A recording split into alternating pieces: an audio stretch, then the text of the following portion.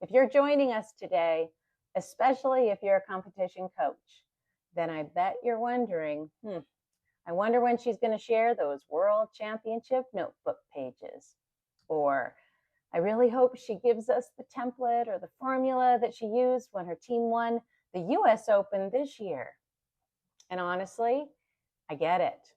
A decade ago, when my team, the very first one from Nevada in elementary school, made it to the World Championship and we headed to Louisville with a clawbot and a dream, well, we caught the robotics bug. When I got back, well, I needed to figure it out. How could I help my team have a winning chance? The teams were so phenomenal. If I only saw one of their notebooks, I would be able to figure it out. I wanted the perfect template. I wanted the magic formula. And then I realized something. It took me a while. No one had really figured it all out. And the reason is because engineering notebooks were never supposed to be about winning a competition. They're about making student thinking visible. Students authentically documenting their ideas, their decisions, their failures, testing, reflection, and growth. The same skills that they'll need in college, careers, and the workforce. Now, before we begin, a little bit about me and what brought me before you today. My name is Casey Giuliano. Prior to becoming a teacher, when I was 18 years old, I had the opportunity to play soccer at the highest collegiate level. But a car accident changed the course of that dream. My parents, being the amazing people that they were, said, "You can be sad about this for a reasonable amount of time. And then you need to pick yourself up and you need to find a new dream. That's what successful people do." And so the first part of my teaching and coaching formula was born: grit, perseverance, determination. Today, after 30 years as an educator, where I have taught or mentored every grade and every subject, kindergarten through graduate school, with love and an enthusiasm for learning, I retire from that journey and I step into my new role at A3, the Association for Advancing Automation, as your Education Engagement Coordinator. I have been described as a hurricane of positivity, but a calm in any storm, and I hope to bring that approach to my new role. In my decade in robotics, well, over a decade, I've helped grow Nevada VEX Robotics from 2 elementary and 10 middle school teams to the force that it is today, one program at a time, one person at a time, one student at a time. I'm most proud of our mission of service and mentorship, a mindset we've created in Nevada that you grow by passing knowledge, and then you challenge yourself to become better than that knowledge that you passed along. Our state is a reflection of that, and I feel honored that from that, I was nominated in 2025, was inducted into the VEX STEM Hall of Fame as one of the Inspiration All-Stars, and that was at the World Championship. Then, incredibly, 3 days later, my team won the highest world award, Excellence. We were a long way from that team with a clawbot and a dream. Even with that win, what I celebrate most after taking hundreds of kids to Worlds and coaching and teaching hundreds more is the character my teams are known for worldwide, which is the first pillar of my programs. As Nevada's middle school state event partner, high school state judge advisor, and as a World Engineering Notebook judge, I have seen and scored thousands of notebooks. And here's what I've learned. They're all different. There are no perfect templates because every one of my students, every team, every design process is different. But I teach them all the same way, whether they're 5 years old or whether they're 25 years old. We start with the same tools: a blank piece of paper, a pencil, an amazing problem to solve. and of course, the engineering design process. That's what I'm going to share with you all today. There are many with expertise in this area that have their own journey, but this is mine. Don't worry, you'll still get to see a few of those championship notebook pages along the way. So let's get started. When I look at a successful engineering program, regardless of age level, they all have the same skeletons underneath them. Students are thinking, documenting, testing, reflecting, and iterating. And then that cycle repeats itself over and over and over again. The notebook itself is not the goal. The notebook is evidence of the thinking process. And if we can create a repeatable structure around those behaviors, students begin to internalize engineering habits independently. In many classrooms, notebooks become compliance tasks. Students fill in pages instead of documenting thinking. But authentic engineering notebooks are different. They capture iteration, decision-making, failure, redesign, and growth. And that's including how you design your engineering notebook, which is why in my programs, every single notebook looks different. The students have come up with that process and that format themselves as well. Before students can independently document engineering thinking, they have to first understand the engineering design process. Mistakes that teachers make is they try and stack multiple processes on top of one another. They teach the engineering design process, they teach notebooking, and they teach robotics all at the same time. Those are three huge processes. It doesn't matter if you're 5 or in high school. Each one of those needs to be taught separately. So in the first week of school, week 1, I don't even heavily focus on notebooks yet. We focus on the engineering design process, vocabulary, iteration, failure, reflection, and engineering behaviors like grit, perseverance, and the knowledge that they can do hard things. I normalize the idea that engineers rarely get things right on the first time. Students need to understand that iteration is expected, not failure. I also intentionally start with low-risk challenges because I want students to focus on thinking, not on technology anxiety. Once students understand the process, then we can begin building notebooking independence. I like using this fun, free, engaging curriculum from Education. National Geographic teaches the engineering design process with a taco party. You can teach it any way you wish. I like this one because who doesn't like tacos? Now, this is probably the biggest mindset shift in the entire presentation. So everyone needs to take a deep breath for this one. I don't teach notebook pages. I teach the engineering design process. The goal is to move from teacher-directed compliance into student ownership. Students begin choosing what they're learning, what evidence they need, how to show understanding, and how to reflect on the growth. The notebook becomes visual evidence of engineering thinking. And this works across all grade bands. Engineering thinking exists in kindergarten, it exists in elementary, it exists in middle school, it exists in advanced robotics programs. The sophistication changes, but the process doesn't. This is one of the core systems I've created and use. Students choose a learning intention from the engineering design process side and one from the robotics component side. They use this success criteria to measure their progress and know if they're ready to move on to the next stage of the engineering design process. This changes the entire classroom dynamic because students know what they're learning, why they're learning it, and what success looks like at every stage. The success criteria is what removes ambiguity. Students are no longer asking, "Am I done?" Instead, they ask, "Have I demonstrated the evidence?" That shift builds ownership. So you are teaching student-centered robotics before students ever put their hands on a robot.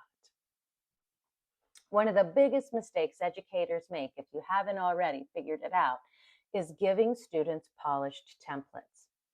Also, it's introducing the notebook only after robots are involved. When that happens, students focus on filling in boxes instead of thinking like engineers, or they jump to building without thinking. So before students ever touch a robot, we scaffold the process with one blank sheet of paper and one simple design challenge. Like my favorite, the paper airplane challenge. Now for my very youngest students, pre-K, kindergarten, first, sometimes into second grade, I might do a paper tower challenge, but it's still just as cheap and easy and using the same materials. They get one sheet of paper, no templates, no robots. The goal is not perfection or micromanagement. The goal is making their thinking visible. Students learn that notebooking is not a worksheet. It is a documentation of the engineering design process that they're going through. And this is important. Students start with just a blank piece of white paper, just brainstorming, testing, failure, reflection, iterating, and communicating their thinking from the very beginning, and negotiating all of that with a partner or a team. Only after students understand how to think through the process do we begin increasing the complexity with robotics. This paper airplane challenge becomes the foundation for notebooking independence later in the year.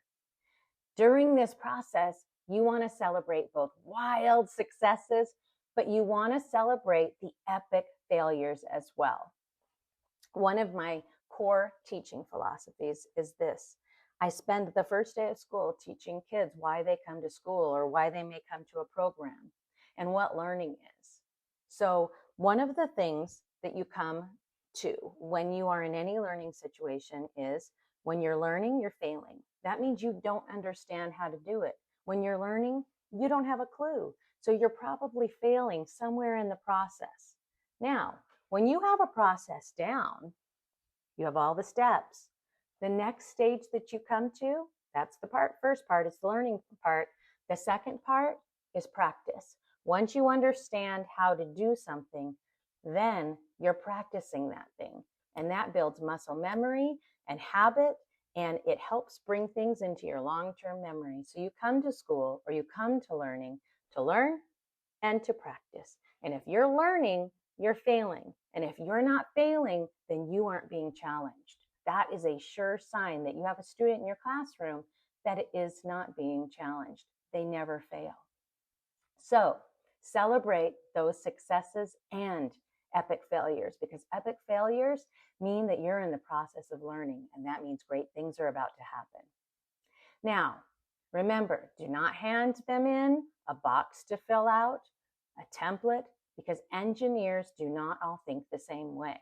When you give them a template, you're constricting their thinking to the way your template outlines.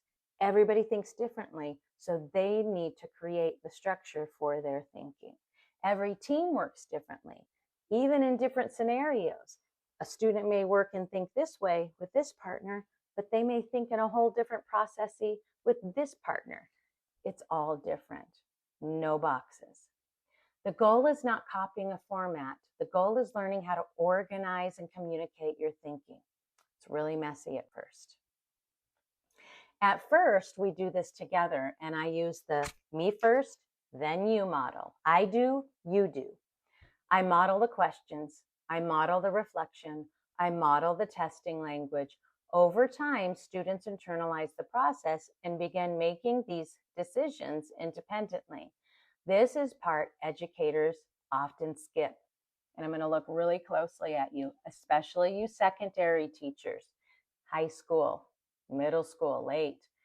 You forget that they still need the modeling. I do, you do. They need to see it. And if you get halfway through the year and you're not seeing reflected a process that makes sense, or you're not seeing growth, then you have to scale back, scaffold back, and go back to the I do, you do, where you are modeling the process and talking them through different ways to do something. You're not telling them exactly how to do it. You're giving them a framework. on how to document engineering thinking.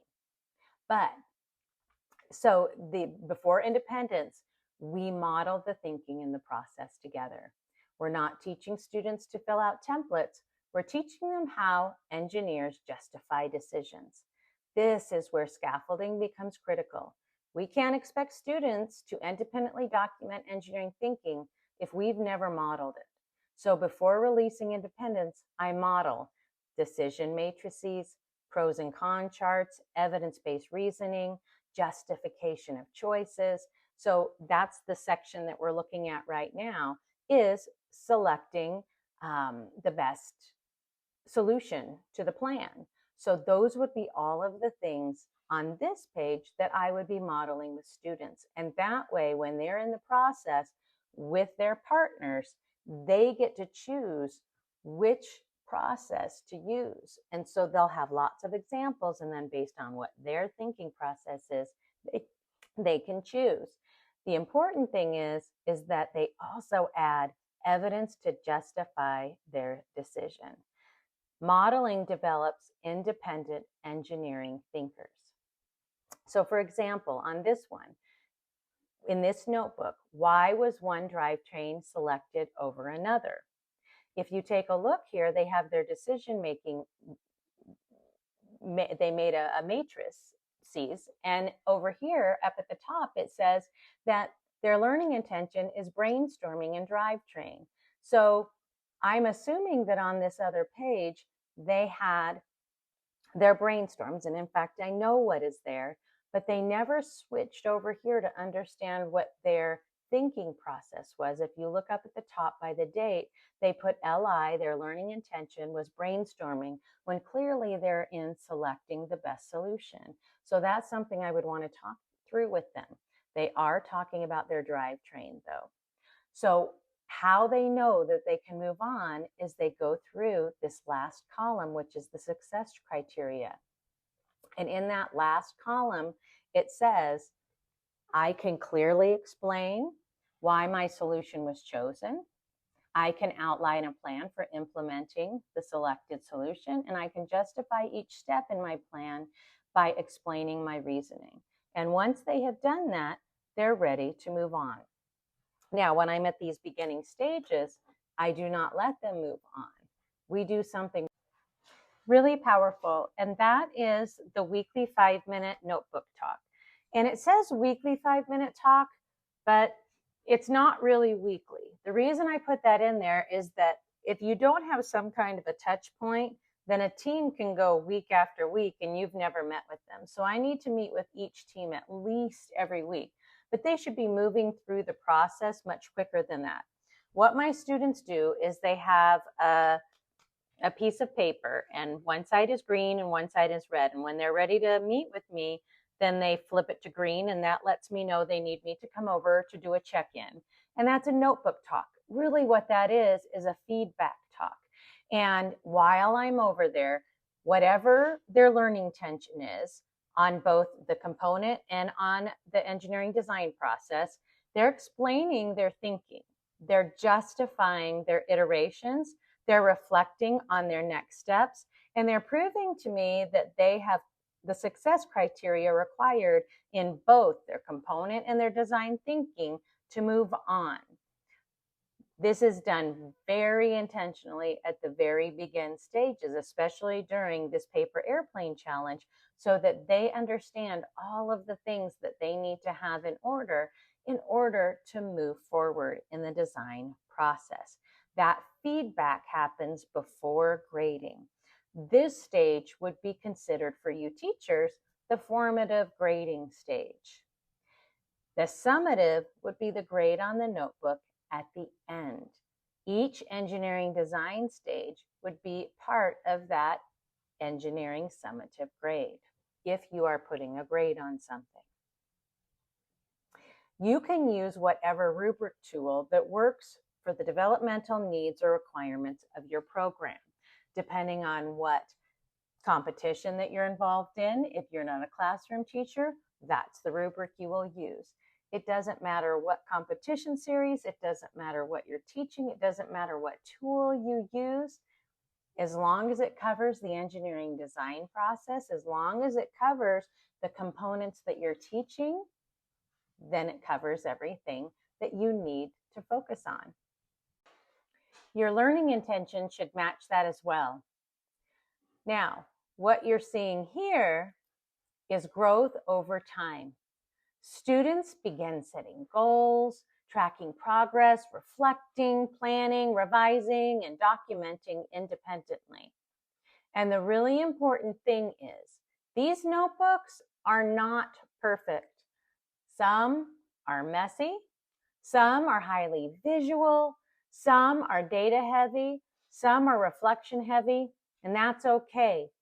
Real engineering thinking is messy sometimes. In fact, it's messy a lot of the time. What matters is that students can explain what they tried, why they tried it, what worked, what failed, and what they changed next. What you're seeing here are some highly developed notebooks. You can tell the ones that have won awards. And then you have notebook pages like these. They're at the beginning stages.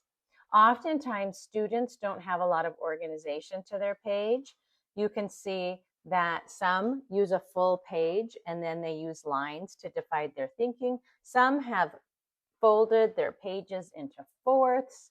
Some are using graphic pages. Those are the ones who are more developed and have added something to it later. But at the very beginning stages, I have made sure that I am not micromanaging how they put everything together.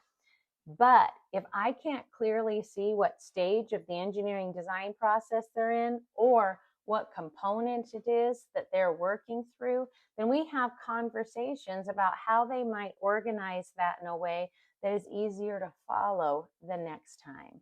I don't have them erase everything. I have them think about what they will do next time to help it to make their visual thinking clearer to themselves so that they can use that notebook in the future. This last page that you see, right now you're seeing here my team that won the US Open this year and then my team that won Worlds. And the magical thing that the team that won Worlds did is that they came back from Worlds, and I did not realize that they did this until I was flying to the summit that summer. And I was looking through the notebook, reflecting on the year, and I noticed that the team did not stop their engineering notebook at the end of their season. When they got back from the World Championship, they continued to reflect and to analyze why they believed they won excellence. They wanted to go through that process that they were trying to figure out what they felt set them apart. And this was their reflection of that.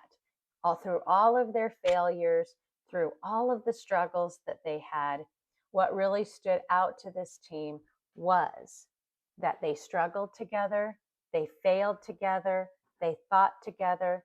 The notebook was not any one person's job. If I can encourage anything, the notebook should not be one person's job. That indication is that only one person has done the thinking. So part of my team's processes are trying to figure out how everyone can add their thinking value to the notebook. And then they come up with a role that helps organize the group's thinking. Typically, they'll come up something with project manager, the notebook manager, but everyone is responsible for the thinking. Additionally, at all levels, everyone needs to have a hand in every single role so that you don't have singular mindset on any one stage. Everyone should be adding value to the building stage. Everyone should be adding value to the programming stage. And then the lead, the person taking lead on that thing, would document the processes that they went through, and then the project manager, or whatever you want to call that role, helps to synthesize that information into the group's notebook. The other thing that I want to encourage everyone to help teach is synthesis.